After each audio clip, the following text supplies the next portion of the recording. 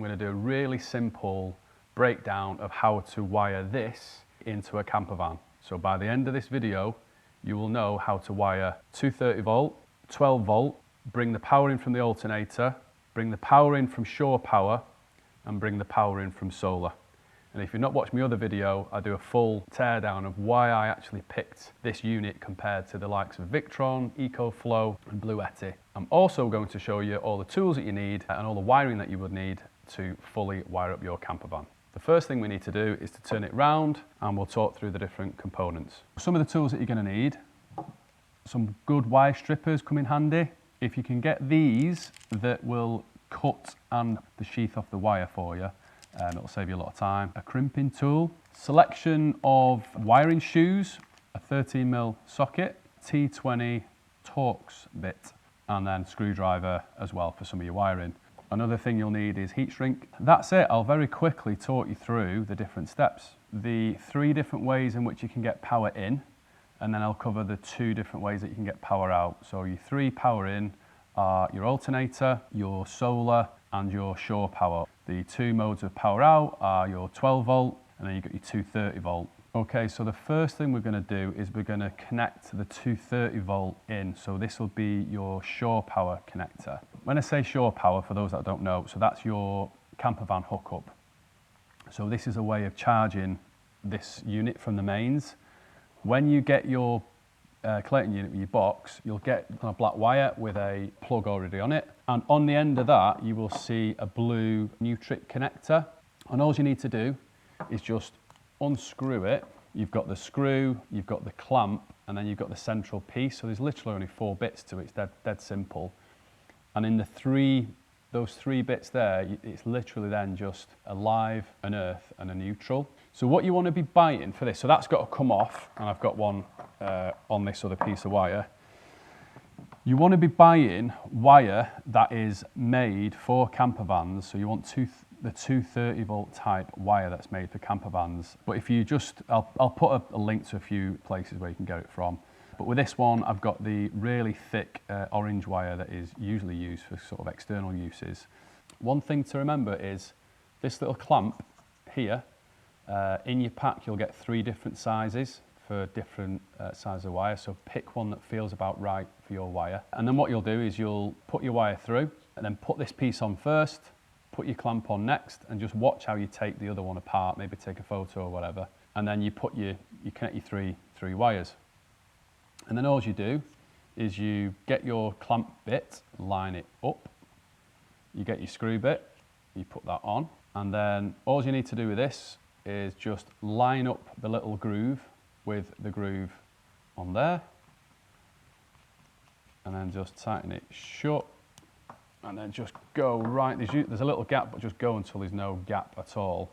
And on the other end of here, you will just connect to your earth, neutral, and live, and it's very, very straightforward. You'll probably get instructions with whichever connector you use.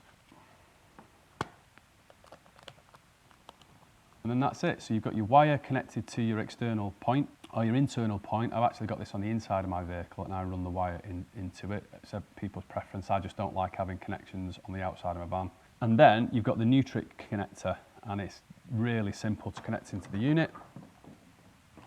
That would run off to wherever you want it on your van. And then, if I can show you, this just goes into so the blue Nutric connector goes to the blue point on here, so it says 230 volt in, and you just push it in, turn, and it clicks. And to undo it, you would just pull the lever back, and then that's it. So that's it. You've then got a really quick, almost like kind of hot swappable connection. So that's our 230 in. We can start to charge the unit up now using shore power. So next, 230 out. You get a Nutric connector, exactly the same as the blue one. It's just in grey, and it's got a slightly different connection, and it's just to prevent you putting this in the 230 in. And that's literally all it's for. So there's a slight different connector on the end. This is the blue Arctic, I think it's called Arctic 3-core cable. When you strip that inside, again, it's got a neutral, a live, and an earth. And in simple terms, you would go straight out of the unit into a plug socket like that, And then if you wanted another plug socket, you would then have another 3 wires. Again, you'd have your neutral, live and earth. And then you would go to your next plug socket. Now, if you want to go off to another item, so I've got a boiler in my van and it takes 230 volt, all you need to do is, before you get to your first socket on this wire, so if you imagine we cut that wire, we then have 3 wires and 3 wires. You would connect them to a switch fuse spur, and then you would connect those 6 wires, so you'd have 2 earth, 2 live, 2 neutral, and then your other wire that you want to come off to your item, so for me it goes to my boiler, again you would connect those in. So you're taking effectively 3 wires, altogether 9 individual wires, and then going off to your next location. And to connect this in, it just pushes in the same way. And that's it. So far, we've got 230 in and we've got 230 out. Next up is solar. And there's 2 areas that we need to connect to. The first one is, so at the top here, there's a DC out and a DC in. And you've got a positive, minus. And on each connection, you've got a bolt, washer, and then one of them kind of spring-loaded washers to help with vibration. And what you're going to do is you're going to take your negative, so imagine this is going to a solar panel. Now, these would be obviously the same size wire. If you've seen the solar panel connections, they would be the same size, but just for demonstration purposes, I've just done this really quickly. And you want to be putting the spring-loaded washer on the outside and then the flat washer on the inside. What you want to be doing is making sure the unit's off. So both the 12 volt and the 230 volt is off, so the unit's completely off.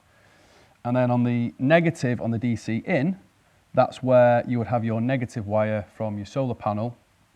And all you do is take a shoe, you will strip the wire, unsheath it, and then just crimp it at the end, and then put some heat shrink over the top, heat it up, and then that's it done. And one thing I would advise on all these connections, on these big connections, is to double crimp. It'll just stop any risk of any loose connections. So what I tend to do is crimp one side, turn it over, and then crimp the other side. So all you're going to do is you're going to put that there, you get your... Now, you don't need to over tighten that because we're going to also connect something else to there. And for your positive, you're going to connect to the C2 connection. And you're going to have an M4 connector, which is a smaller shoe for this one. And that bigger size is the M8. And you're just going to take the screw, pop it in the C2 connection. So one thing to mention is obviously a solar panel has energy running through it if it's in the sun. So if you need to do any repairs or anything, or you want to turn the electricity off, it might be handy to have an actual switch. Personally, I don't. If I needed to do anything, I could easily cover up the solar panels, which means there's very little electricity running through it, and I could do any maintenance or anything that I need to do that way. It's a personal preference, but that's it. You've got your negative connected there with an M8 shoe, and then you've got your positive connected here with your M4 shoe. Next up, we're going to focus on the 12 volt. As discussed, this is for things that will run 12 volt, like your fridge, your air fan, what else? What else runs off 12 volt? Lights, that's a good one, Kate, thanks. Lights, anything you need to run 12 volt off, basically. And if you've not seen one of these before, this is just one example, but you have little blade fuses, similar to what you'd have in a car if you've ever took the cover off your fuse box in your car. So what you have is you've got all your different fuses, and these are different sizes. Usually when you buy one of these, this is a 12 connection one, so you've got 6 on this side, 6 on that size. And basically you just look at whatever appliance you've got and pick whatever fuse you need to cover that appliance. All you have is a negative and a positive, and then you have these are all your negatives, and these are your positives. So all you're going to do is you're going to connect the unit to the negative and the positive, And then what you're going to do is you're going to connect, so say you had a light, you'd have one wire would connect to your positive, and then you'd have another one connect to your negative, and that's it. Your light's working. And then you just pick a fuse that's, as I say, relevant. And if your fuse goes, you'll get a little red light which will show you that the fuse has gone.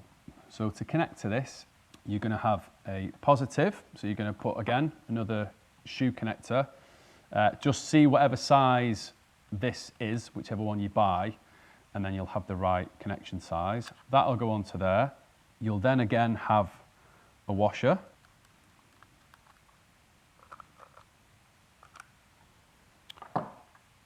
That will then run to a little inline fuse, and you'll have a maximum 180 amp fuse.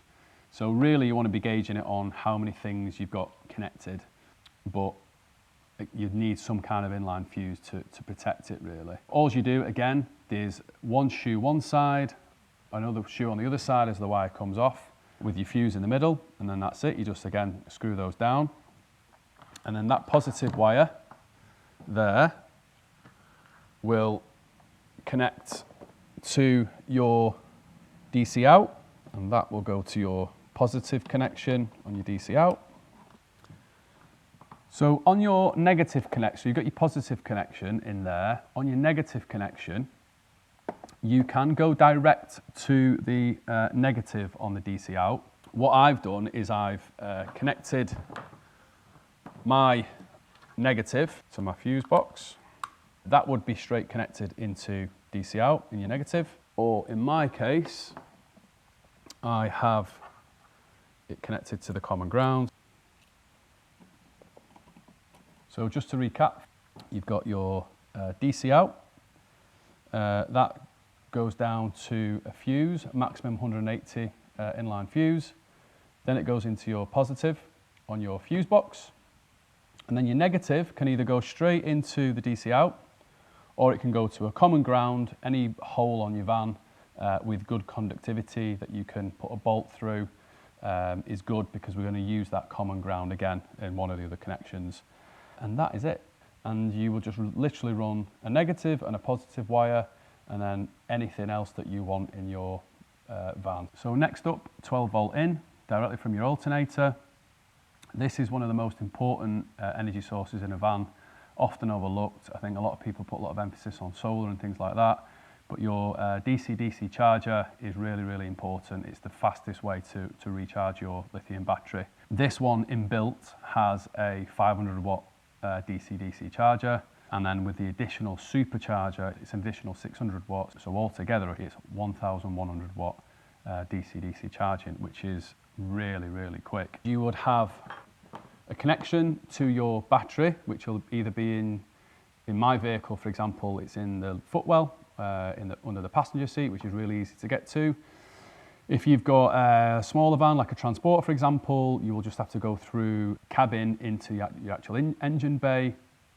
There's usually an existing hole with a grommet that you can go through, but that would connect to the connector on your battery and your positive. Then you need a 60 amp fuse, again, one of the inline fuses that I showed you before, and then that would then connect to the DC in positive there.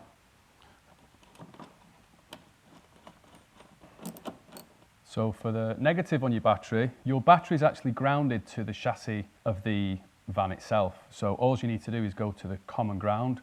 This ground here is where you would go to, the pre-existing one that you've already got. So all you do is you run a wire from there, and then that would go to your DC in. So again, you'd unscrew that one, and now you've got two connections into that DC in there. And that is your alternator connected up, and that is now powering the vehicle. The next thing we need to do is we need to tell the unit when your vehicle is generating power. For that, you have what's called a D+ connection, and that just connects into this C1. And for that, you use a pigtail fuse. So with a pigtail fuse, what you do is you take a fuse out, and you can look up where your D+ signal is, and you'll find it on forums and things like that. You'll take that fuse out, you'll put the pigtail in, and then you'll put another fuse on the side. So it's a way of just piggybacking on that. It's also called a piggyback fuse. It's a way of piggybacking in. Then it'd be crimped there in a straightforward inline crimp. So crimp, crimp, and then just run a wire with, again, an M4 connector, crimped, and then you want to go into your C1 connection, again using your T20 torque bit. So that's it, we've covered 3 forms of power in: solar, your shore power, and then your alternator. We've got the 230 out, which is your domestic, and then we've got the 12 volt out. The last thing I want to show you is I have one of these and I would strongly recommend them. They are a little remote control, and on these you can put this anywhere in your van and you can turn your 12 volt on and off, 230 volt on and off, and you've actually then got a jump start functionality again, which I'll do a separate video. In short, the Clayton unit has a jump start, so if your front battery goes flat, you press this button for a few minutes and it's effectively like getting a jump start off a mate's van. The other benefit with this is that there's a little LED screen, like little diodes, which tells you how full the battery is. I have this on the inside of one of my overhead lockers, and it's just out the way, nice and neat. As you'll find, it's probably a common theme. I don't really like having any connections on the outside of my vehicle unless I have to. And then all the controls on my van are usually hidden inside lockers or wardrobes. I just like it that way. It's just like nice and neat. But I'd strongly recommend getting this, because then you've not got to put the unit anywhere where it's easy to access. So yeah, so the remote control is pretty straightforward to do. When you get it, you will get this end connector. And what it consists of is the rear, which you get a little diagram on how to wire it up. There's a number of different wires. There's like a grey, a yellow, a white, and I think it's like a blue and a green. But all you need to keep is the grey wire, the yellow wire, and the white wire. And then using the little diagram that they give you as like a little card, you connect it to there, just using little electrical screwdriver, because the screws are quite small. And then that is it. You literally connect that to the head, he says. There we go. Similar to the Nutric connector, you have a little bung, a little grip, a little screw there, that goes into there. And then all you do is, where it says remote, take the black cap off, and then find out the way. If you look at it, there's like a little bit of a pattern in the way it connects. There's usually a little groove down at the bottom, and all you do is you turn the metal part of the connector all the way in, and as you're turning it, you'll have to get some mole grips or something on there, or a little wrench just to tighten that up. But that's it, that's then connected, and then that will light up, and that's your remote connected to the LPS2. Before I forget to mention, on your 230 volt out, there's an RCD built in. You don't need to connect any kind of trip or anything like that. The plug on the front of the unit uses the same RCD. Like you would have in a house, if anything goes wrong, a switch that will trip. Both the rear 230 out and the front 230 out, which is the plug, both work off the RCD. So that's it. You've got all your different power sources in, you've got your remote connected. All you need to do is just tighten up all your bolts, make sure they're nice and tight. Don't over tighten them. There's settings in the actual instructions on how tight to do them. And then you get these little black little caps, which will then go over the end of these. And if you, for whatever reason, need to remove it, remove the remote, remove your C1, your C2, which if you remember is your positive to solar, and then you would remove your DC positive, which is going to your 12 volt fuse box, remove your 12 volt out, which is going to your common ground, remove your DC in, which is coming in from your battery via a fuse, 60 amp fuse. And then you've got two connections. You've got your negative for the chassis, which is for your front battery, and then you've also got the negative for your solar panel. That's those. And then the last thing is 230 out, and then your 230 in. You disconnect that. You can take that away. And this is probably leads on to some key things, really. One of the reasons why people might not buy an all-in-one system is by thinking about, well, if something goes wrong, what do I do? Well, if something goes wrong with this in 12 months, first and foremost, we'll send you a new one. You would disconnect it the same way as you've just done there, and you would put the new one in, you would send us the old one back, and then that's it. If you have any issues when it's out of warranty, we have a tiered system, and I'll cover the prices on the screen. In your first year out of warranty, it would cost you a certain amount. Second year out of warranty, it costs you another amount. And another thing to mention, if it does break, for example, your solar charger was to stop working, the unit still keeps on working. Some of the competitors fully shut down. You've still got the unit working, just whatever component bit stops, it stops. And as you can see, you just then swap it out. It takes like 15 minutes, and then that's it. It's an easy switch. You're not scratching your head, going on forums, working out what's broke, or why is mine particularly broke, or what's my particular setup. The other reason why I nearly didn't buy this, stupidly, was because I thought I needed loads of additional lithium power. Our top unit's got 160 amp hour. The other two have got 100 amp hour. However, this year we are bringing out another additional battery. So the first one that comes out will be an additional 280 amp hour. So if you're thinking I wouldn't do an all-in-one because I would need additional power, very similar design aesthetic to this. I've seen some little sneak peeks. It's a little bit narrower. It's probably about the same height. But as soon as I get the first unit, which will be probably April, May, I'll do a little bit of a video on it and show you how to connect it up. But again, if you're worried that you're going to need more power, it's just not a problem anymore. So that's it. I just wanted to finish off with a really simple kind of, almost like a virtual diagram. It feels complicated when you're working on your camper van at the start. I think the electrics was the one thing that kind of scared me really when I was doing my van, but this has made it an absolute breeze. And you know, I really want to try and help as many people. It makes it really, really easy. So I just wanted to very quickly explain again. The first point at the front is your remote. You've got 230 in, so that would be from a campsite. You've got 230 out, so that's your domestic power, which you could run out, chain to another plug, or you could spur off and go to something like a boiler, or if you need another 230 volt. This is your 12 volt with all your blade fuses in. You just need to remember up to maximum 180 amp fuse there.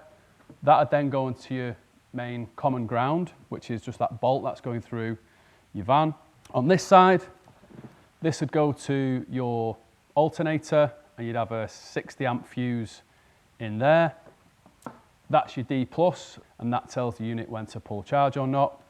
And finally, you would have two wires running off into your solar panel. So that's it really. I can't really think of any other way to explain it to you other than it just felt like it would be easy out of a camper van. If you are interested in the unit, give us a shout. As a result of being in love with this unit, we've had it in our van now for 12 months. We've become distributors. I reached out to Clayton and become friends with some of the guys there basically, and they said, you know what, Mark, why don't you become a distributor, produce some content, see where you go with it. They're mainly interested in contract and commercial and all that kind of thing, but I really think this is amazing for the leisure industry. Massive shout out to Carl and Alan and Yannick. They've been absolutely brilliant listening to me rant on about what we should and shouldn't be doing. So yeah, all we ask is if you can buy it off us, family-run business, Ahoy Leisure, me and Katie, and hopefully the kids will get involved soon as well, Mark and Mia. We are offering amazing discounts. We will not be beating on price. We're offering next day delivery. We've got good stock. We will be getting one of the first batteries, the additional batteries. So when that comes in, I'll do a full video on that. Give us a like and a follow, and yeah, buy from us. And in return, we'll make sure that you get an amazing deal. I better go now because I can see Kate's getting the giggles and I don't know how much the camera's shaking, but I have waffled on and it is late and we need to go and get our tea.